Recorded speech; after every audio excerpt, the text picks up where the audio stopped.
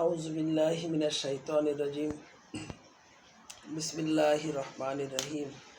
ইয়াকা না'বুদু ওয়া ইয়াকা নাস্তাঈন। ইহদিনাস সিরাতাল মুস্তাকিম। সিরাতাল লাযীনা আন'আমতা আলাইহিম গায়রিল মাগদুবি আলাইহিম ওয়ালাদ-দাল্লিন।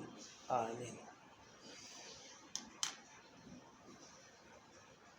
আজকে আমরা সূরা সফ থেকে আরো কিছু জানব।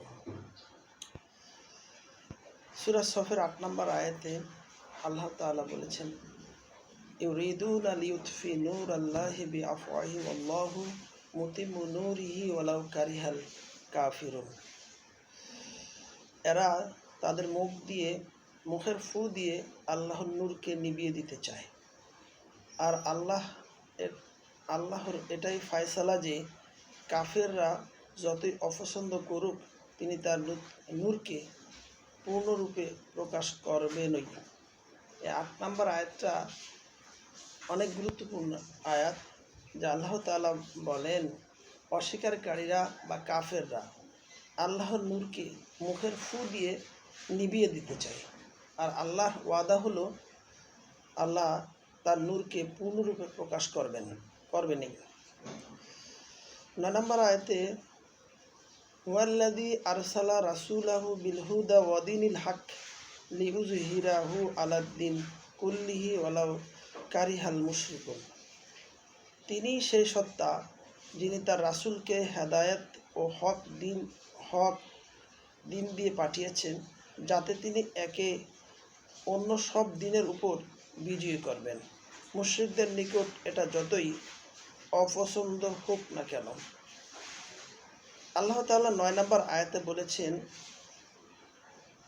তিনি তার রাসূলকে হেদায়েত ও হক দিন দিয়ে পাঠিয়েছেন, যাতে তিনি এই দিনকে অন্যান্য দিনের উপরে বিজয়ী করতে পারেন, মুশরিকদের নিকট এটা যতই অপছন্দনীয় হোক। আল্লাহ তাআলার ৯ নম্বর আয়াতটা একটা চ্যালেঞ্জ, যে আল্লাহ তাআলা তার রাসূলকে দ্বীন-ই হক দিয়ে পাঠিয়েছেন। এখানে মুশরিক বলতে যারা মূর্তি পূজারী, আল্লাহ তাআলা আমাদেরকে এরকম একটা ভূখণ্ডে পাঠিয়েছেন যেই ভূখণ্ডের চারিদিকে একটি বিশাল একটি মুশরিক জাতি অবস্থিত। মুশরিক মানে যারা মূর্তি পূজা করে। আমরা বাংলাদেশের প্রেক্ষাপটে যদি আমরা দেখতে পাই, যদি আমরা বেশি গভীরভাবে অ্যানালাইসিস করি, যে আমরা যত ইসলামপন্থী হব, আমরা আমাদের দেশকে যখন ইসলামীকরণ করতে চাই বা শরীয়ত আইন প্রতিষ্ঠা করতে চাই, সবচেয়ে বড় বাধা হয়ে দাঁড়ায় যে মুশরিক নামক ওই দেশটি। কিন্তু আল্লাহ তাআলা ওয়াদা হলো উনি ওনার নূরকে পূর্ণরূপে প্রকাশিত করবেন। ১০ নম্বর আয়াতে ইয়া আইয়ুহাল্লাযীনা আমানু হাল আদুল্লুকুম আলা তিজারাতি তুনজিকুম মিন আযাবিল আলিম। ১০ নম্বরের সরল অর্থ হলো, হে ওই সব লোক যারা ঈমান এনেছ, আমি কি তোমাদেরকে ওই ব্যবসার কথা বলবো যা তোমাদেরকে কষ্টদায়ক আযাব থেকে বাঁচাবে। আল্লাহ তাআলা ১০ নম্বর আয়াতে বলেছেন, হে ওই সব লোক যারা ঈমান এনেছ, আমি কি তোমাদেরকে ওই ব্যবসার কথা বলবো যা তোমাদেরকে কষ্টদায়ক আযাব থেকে বাঁচাবে। ১১ নম্বর আয়াত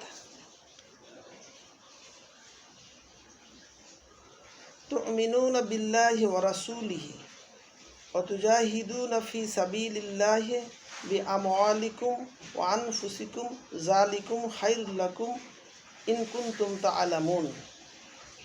তোমরা আল্লাহ ও রাসূলের উপর ঈমান আনো এবং তোমাদের জান ও মাল দিয়ে আল্লাহর পথে জিহাদ করো, এটাই তোমাদের জন্য অত্যন্ত ভালো যদি তোমরা তা জানো। এখানে আল্লাহ তাআলা ১১ নম্বর আয়াতে বলেছেন, ১০ নম্বর আয়াতে যে ব্যবসার কথা বলেছেন, ১১ নম্বর আয়াতে ওই ব্যবসাটাকে প্রকাশ করে দিয়েছেন, যে তোমরা আল্লাহ ও আল্লাহর রাসূলের উপর ঈমান আনো এবং জান এবং মাল দিয়ে আল্লাহর পথে জিহাদ করো, এটাই তোমাদের জন্য অত্যন্ত ভালো যদি তোমরা জানো। জিহাদু ফি সাবিলিল্লাহ, এটা এটা সরল অর্থ হলো আল্লাহর দিন কায়েম করা। তোমরা আল্লাহর দিন কায়েমের করার জন্য জান এবং মাল দিয়ে আল্লাহর প্রতি জিহাদ করো, আল্লাহর দিনকে প্রতিষ্ঠিত করো। আল্লাহর রাসূলকে যেরকম দিন দিয়েছিল আল্লাহ তাআলা যে অন্যান্য দিনের উপর প্রতিষ্ঠিত করার জন্য, ঠিক এই হক দিনুল হককে প্রতিষ্ঠা করার জন্য অনুরূপভাবে ইমানদারদেরকেও আল্লাহ তাআলা বলেছেন। আল্লাহ তাআলা যে তোমরা আল্লাহর পথে জিহাদ করো এবং আল্লাহ এবং রাসূলের পথে জিহাদ করো এবং দিনকে বিজয় করো। এর পরবর্তী আয়াতে বলেছেন এগুলি করলে তোমরা কি পাবা। ইয়াগফির লাকুম যুনুবাকুম ওয়া ইয়াদখিলকুম জান্নাত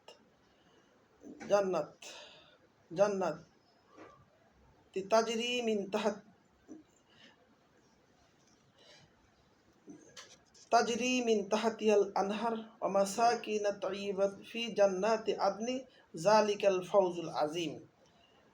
আল্লাহ তোমাদের গুনাহ মাফ করে দিবেন এবং তোমাদের এমন বেহেশতে প্রবেশ করাবেন যার নিচে ঝর্ণাধারা বইছে, আর তোমাদের চিরস্থায়ী বেহেশতের খুব ভালো বাসস্থান দেবেন। এটা অতি বড় কামিয়াব। তোমরা যদি আল্লাহ এবং আল্লাহর রাসূলের উপর ঈমান এনে জান এবং মাল দিয়ে জিহাদ করো, আল্লাহ তোমাদের গুনাহ মাফ করে দিবেন এবং তোমাদেরকে এমন বেহেশত দিবেন যেখানে ঝর্ণা দ্বারা প্রবাহিত হবে। আর বেহেশতের সুখ সম্পর্কে আল্লাহ তাআলা অনেক জায়গায় বিভিন্ন আয়াতে অনেক বর্ণনা দিয়েছেন যে এখানে শান্তি আর শান্তি। আল্লাহ তাআলা এরকম একটা বেহেশত আমাদেরকে দিবেন যে আমরা যদি জান এবং মাল দিয়ে ইকামতের দিনের কাজ করি। ইকামতের দিনের মানে আল্লাহর জমিনে আল্লাহর দিন প্রতিষ্ঠা করা। আল্লাহ ইন্নিল হুকমু ইল্লাল্লাহ, এই পৃথিবী যার আইন চলবে তার।